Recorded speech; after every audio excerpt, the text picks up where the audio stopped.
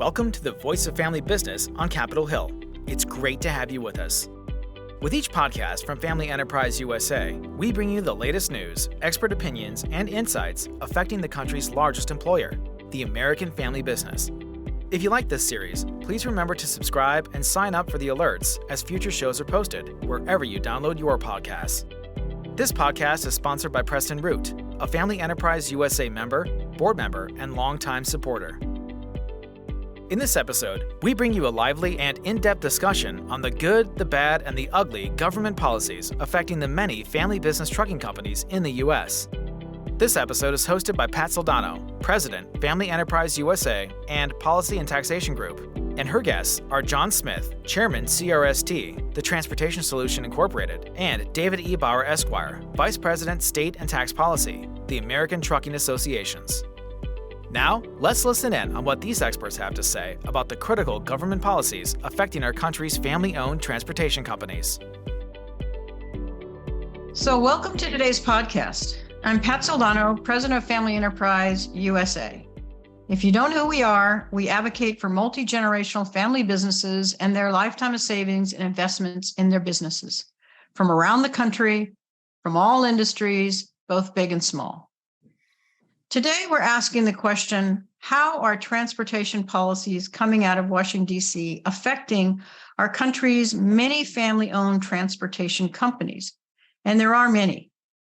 I'm delighted today to have with me two people who know a thing or two about transportation. They are John Smith, Chairman of CRST, the Transportation Solution, Inc., and David Bauer, Vice President, State and Tax Policy for the American Trucking Associations. It's great having you both here. Thank you very much for taking the time out of your busy schedules to be with me. So, John, I'm going to start with you. I think it's good to start with you since CRST is a major player in the transportation industry in our country. So if you could tell us a little bit about the company and maybe some of the challenges that you face in today's world. I would be happy to.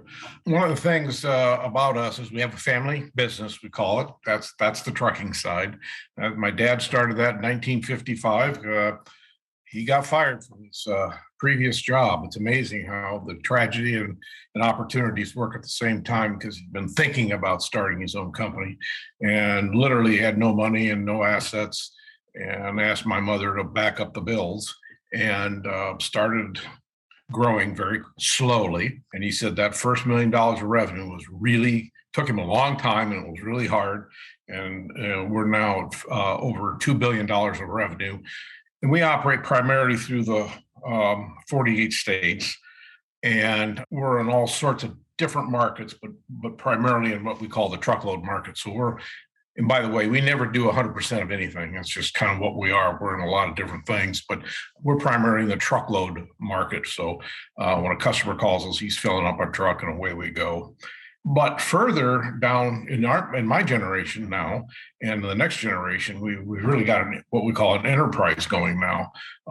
The trucking industry is by far the largest contributor, but we now have a property development company. We have a family office. And we have a cybersecurity firm near Washington, D.C., and a small boutique insurance company that's just getting started by my son-in-law. So we've got a wide variety of what's going on. It was interesting. It was a great question to ask what the challenges are. And I was thinking trucking, right away. It was pure trucking. But when I really started thinking about when I first started in the business, and still I'm thinking about it, and that is that we want to be and are a multi-generational entity. And because of tax laws, we have to be thinking of this all the time, particularly with the estate tax. And I started at a pretty young age doing that. And I actually did the estate planning for my parents. But that was all the expertise we could afford. It was me, and I didn't charge a lot. And so I did that. And now that we're in the second and going into the third, and some respects the fourth, we have expert planners now, and they're much better than I was, and they're getting the job done. And fact is, we're primarily done.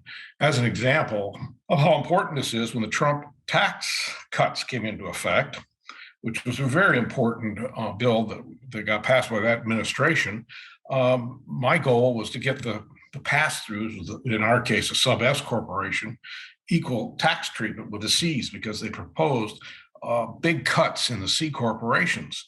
And that didn't happen. And I feel sorry now for the people who haven't done all their estate planning because they're going to have to stay on that flow through, which still helps them a lot when you do estate planning, but you're paying out a lot more in yearly income taxes than you would if you go to a C. And we went to a C since we're done in my generation going down, but eventually it's going to catch us again. So every generation's got to go through this. Congress says they support family businesses. And if they really do, then we got to do something about those estate taxes that either need to be eliminated or bring the rates down, because that's how you perpetuate, family-owned businesses from generation to generation. In the trucking industry itself, this one of our new big issues, and I hope David agrees, is this zero carbon approach that, in this case, the state of California is doing, where they say they don't want any trucks in California that are using fossil fuel, which is going to be an interstate commerce issue. But if you're in California, we have a big, and when I say in California, if you have somebody based in California and buys their fuel there and has customers there, it's going to be a big issue. And from our point of view, we want zero carbon, but we want to do it when the timing's right. And as an example, if we went to electrical trucks, and I don't think we will, but that's a different issue, we would add 20% of the demand to the electricity. And look at California, they're having blackouts now. Can you imagine what they do when that goes into effect and all trucks have to be primarily electric? And it's going to be a problem. So that's a big issue for us. I will say also, I really think a long-term solution for truckers is probably this hydrogen-based fuel electric trucks, where you have hydrogen in your tank, so to speak, and that's producing electricity for a battery, and it keeps recharging it. So anyway, that's probably what will happen. So that's a big issue. And I'd say the third big issue is always infrastructure. I'm old enough to remember the last infrastructure bill before this last one. It was in the early 80s, so like 82, 83. That's too long. In 1982, our infrastructure was the best in the world. You can't say that anymore. You go to Europe, you see a lot better infrastructure, both highway and rail, and to some extent airports. So we got to remember that this is always a big issue, and it'll always continue to be a big issue. So those are probably the ones that I'm most concerned about. Well, so I'm going to take off of what you just commented about in terms of the transportation industry. You've been in the industry for many decades, and how have you seen it change in terms of, not only the policies, legislation, but generally, how has the industry itself changed in these last few decades? Well, the biggest change that came since I started was deregulation in 1980, which is quite a long time ago, but it changed everything. And that was a legislative decision, which I supported. Not everybody in the industry did, but it changed everything for us. And it allowed us, from my perspective, that the trucking industry grew its market share over both rail and air, and because it allowed us to be competitive.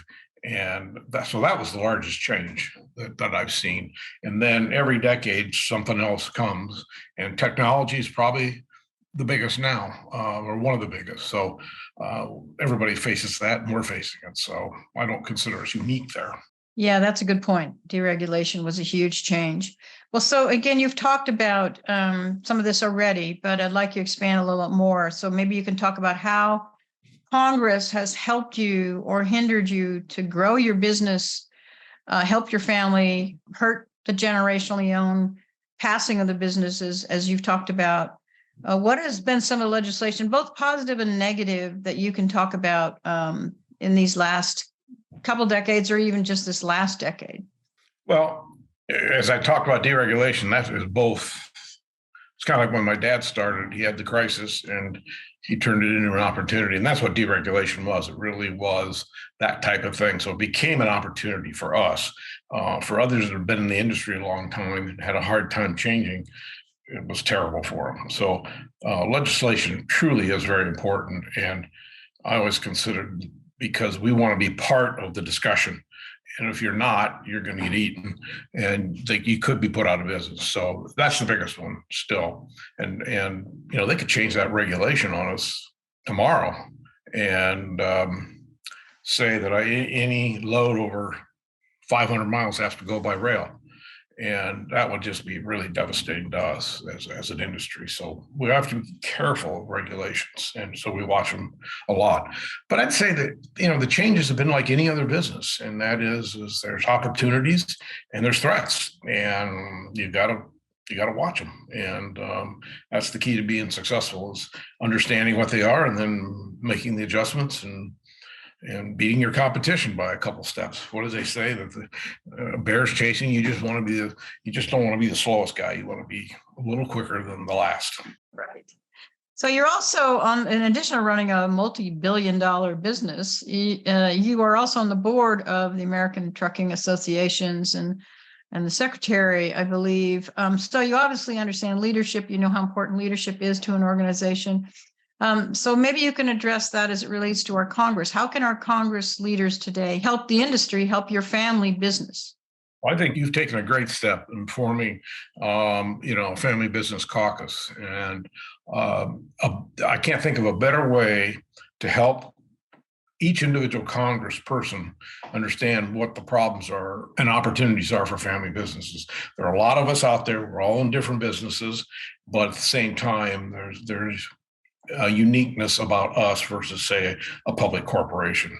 And so I'm really glad you did this, and I'm feeling that this will help advocate for us on an ongoing basis as time goes by. Excellent. So, David, let's switch to you. Let's start by asking you to please explain your role with American Trucking Association so everybody understands who you are and what you do. Yeah, Pat, thank you. And thank you for having us on to Family Enterprise as well for putting this together. So the American Trucking Associations is a one-stop shop.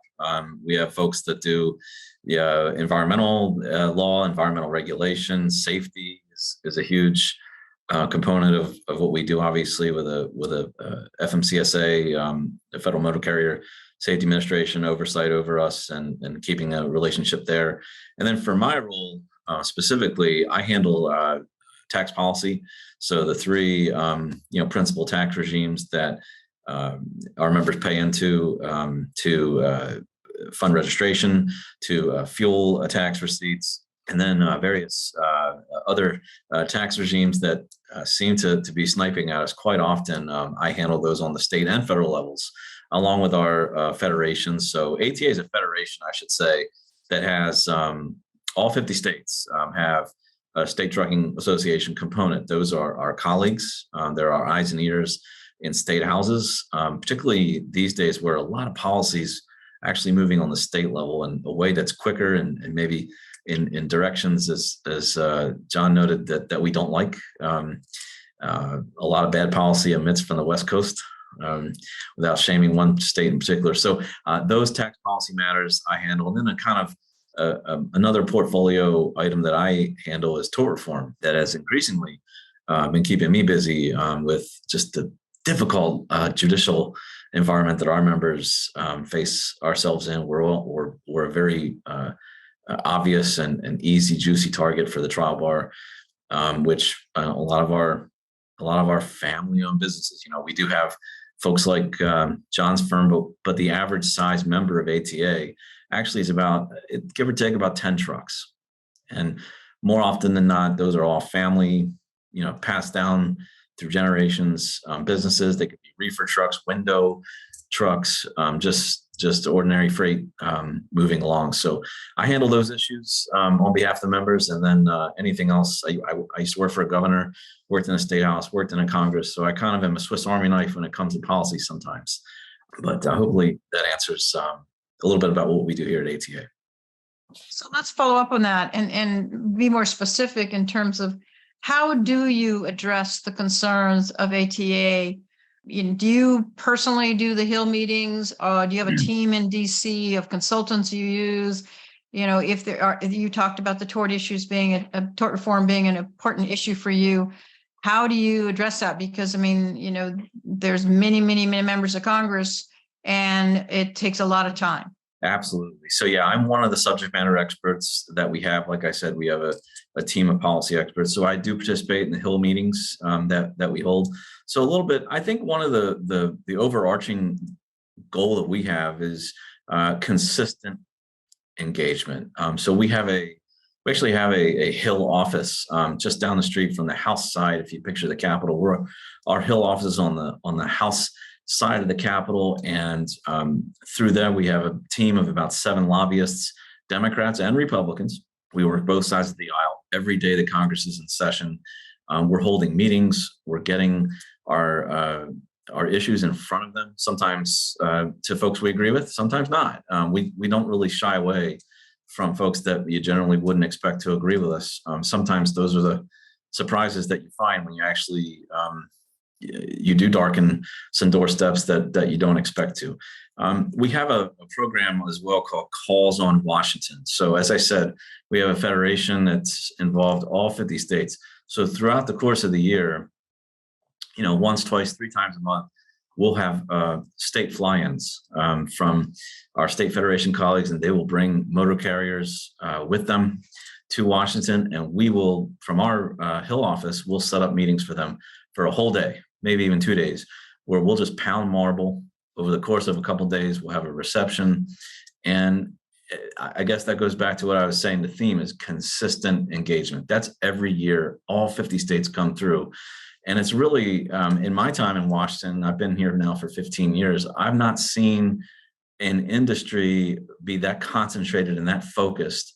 I worked for a member of Congress. Sometimes you get a lot of lobbyists coming through. It's not often that an industry brings folks from your state, from your district, and we're in every district, all 435, all 50 states.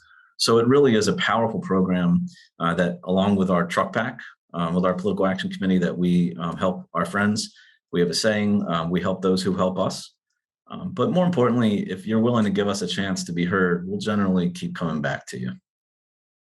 Well, good for you. I think those Hill visits are the most important thing, as we've learned with Family Enterprise USA. While we're a smaller organization, we do something similar in bringing our family businesses to the Hill to do those meetings, and are very bipartisan, which we think is critically important. What we've learned with members of Congress is they really don't know what a family business is. They have no idea that family businesses generate 59% of the jobs in this country and 54% of the GDP. So our challenge has been to educate members of Congress around what a family business is and what it isn't. And as John mentioned, we helped Congress form a Congressional Family Business Caucus. We're very excited about that. We think it is really educating members of Congress more about what family businesses are all about and the economic footprint they have in this country. So my question to you is, how have you seen, what methods, what information have you seen has been most effective maybe in meeting with members of Congress, and what are some of the kind of issues that you face in their lack of understanding of the transportation industry? Yeah, that's a great question. So every member of Congress has a staff. There's a lot of incoming every day. Everybody's coming through. Some issues really pertinent, others are not. I think what we've made a conscious decision at ATA, and it's not maybe in stone, but it's certainly in sand, that we're going to focus on the folks that impact our industry specifically, and we're going to educate the heck out of them over the course of a year, maybe more with our professional folks that do this for a living, in getting facts. Facts do matter still. Getting facts to the staff, working the staff level is really key. And particularly on the committees. The Transportation Infrastructure Committee, for example, in the House has, I think, 57 members. It's one of the largest in the House of Representatives, where we're keying in on getting to know every single one of those offices. Do we care about defense committees? Of course, they're members, they vote. But what we're trying to do is get to the champions that we can make, educate their staffs as well as the members. Another thing we've noticed that does have efficacy is getting them to our freight yards, showing them in their districts, in their states, hey, come on out and see this. This is folks that work in your district that live there, they're earning a living because of this family business. It exists. Those jobs exist because the capital, instead of reinvesting it in stocks and all the other, they're reinvesting it back in their business. And those freight yards don't build themselves. Those, maintenance yards don't build themselves. Those folks that are drivers, who are also really important. I think the key to us is you can't take all 535 members and kind of just shotgun approach. You really have to be targeted, and you really have to pick your battles with those folks that are going to need to understand, and have attachment to their district or to their state. Well, and so this is kind of my final question for both of you, but happy to have you make any remarks afterwards that you think, we didn't talk about that is important for this podcast. I understand there's an informal survey that John Smith and I've talked about 65% of trucking businesses are family-owned businesses. I know you don't know that exact statistic. And as I've just shared with you, 59% of the businesses in America are family-owned businesses. We've learned that. So how can we, as Family Enterprise USA, as an organization trying to promote family businesses in this country, including the trucking industry, the transportation industry, how can we as two organizations work together to help not only the transportation industry, but family businesses in this country? And John, I'll start with you.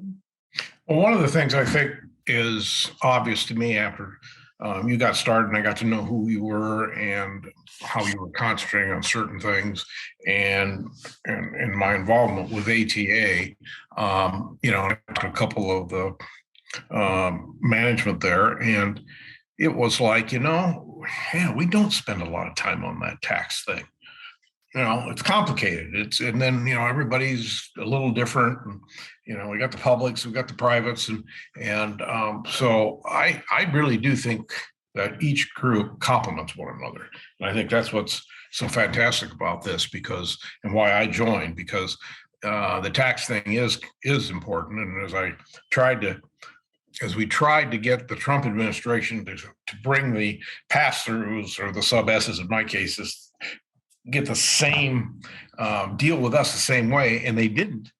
It bothered me, and I know ATA supported it, but at the same time, we were working on the infrastructure bill, which is today, and it makes a big difference to all of our companies today, where the tax thing is still 2/3 or 3/4 of our members. But it's long term, and it's so hard to think long term. And so I think the two organizations complement each other well. So I think getting to know each other and working together on things is probably is going to be a good thing to do. And I want to mention one thing on ATA too. One of the things they do help with is if you'd asked me what my top issue was about 3 months ago, I said tort reform. And the reason, it's just really a problem, but we got tort reform done in Iowa. We have caps on non-economic accidents for truckers. And that took 5 years to get that done. And ATA has made that one of their top priorities. So the goal is not just to get Iowa. We got to get for my case, let's just get the other 47. And the other 2 we can worry about later. But that's the way you get it. You got to work with tort reform. Yes, you might be able to get a national law passed, but probably not. And so therefore, an ATA worked with us hand in glove. They gave us support. They helped us on some technical things when we started writing bills up, or when we started negotiating, because we did negotiate with the plaintiffs bar. We'd have them look it over and say, hey, what are we missing here? Where's the loophole? And they were very helpful and all that kind of thing. And we're willing to have people come out too and explain things if we needed them. So that's another nice thing about this federation that I wanted to point out. Excellent. So David, I'm going to let you answer the question. How do you see us working together as organizations, and how can we help each other? Well, I think that's a great question. It really goes down to what I was saying before, is that consistent engagement. And you guys have shown, I'll tell you something, there's a lot of caucuses on Capitol Hill. There's the seersucker caucus. I'm not joking. There's a red shoe. There's all kinds of little groups that they may get together once a year. They may get together, periodically, but Small business and family-owned businesses in particular are something that stitches together our industry. As I said, the average size ATA member is about 10 trucks, 11, 10, 9 trucks. Those are not, billion-dollar revenue companies. They're earning good money, but it's a very tight margin business, as all small family businesses generally are. And that's where taxes do matter. And passing along through your estate something you've built, whether it's a trucking company, a bakery, a restaurant, whatever that may be, in some ways it doesn't matter, right? It's a small business. It's a small family business in particular. And so we look forward to working with you. I think the expiration of the Tax Cuts and Jobs Act, several provisions of it, including keeping the ones we like that aren't set to expire, depending on who wins next year and the composition of Congress, is something I know we'll work together with you guys on. We're certainly preparing for what we think will be either really difficult discussion or maybe one that won't be as difficult as we think. It's kind of tough to tell right now. We're a little bit into the fog, but we look forward to working together. Any friend of family-owned businesses is a friend of ATA's. Well, we appreciate that, and we really look forward to working with you as well. We do think the organizations complement each other.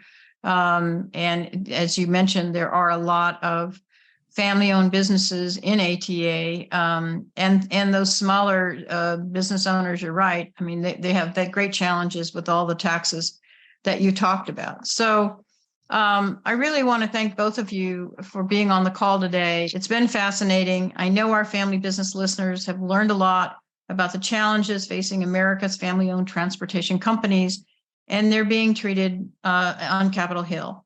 Thank you both for being on this podcast today. Yep, you're welcome. Thank you, Pat. We hope you liked today's show and hope you subscribe to our podcast, where each episode discusses the critical issues affecting multi-generational family-owned businesses around the country. You can find this podcast wherever you download your podcasts. Until next time, thank you for listening. Thank you for listening to this week's Family Enterprise USA podcast. This is the only series devoted exclusively to the critical issues facing America's family businesses, the families that own them, and the clients of family offices. We hope you like this episode. Please make sure to subscribe and tell others about our podcast. Having your voice heard in Washington, D.C. and throughout the country can make a difference. This podcast is sponsored by Preston Root, a Family Enterprise USA member, board member, and longtime supporter. We look forward to having you listen in next time.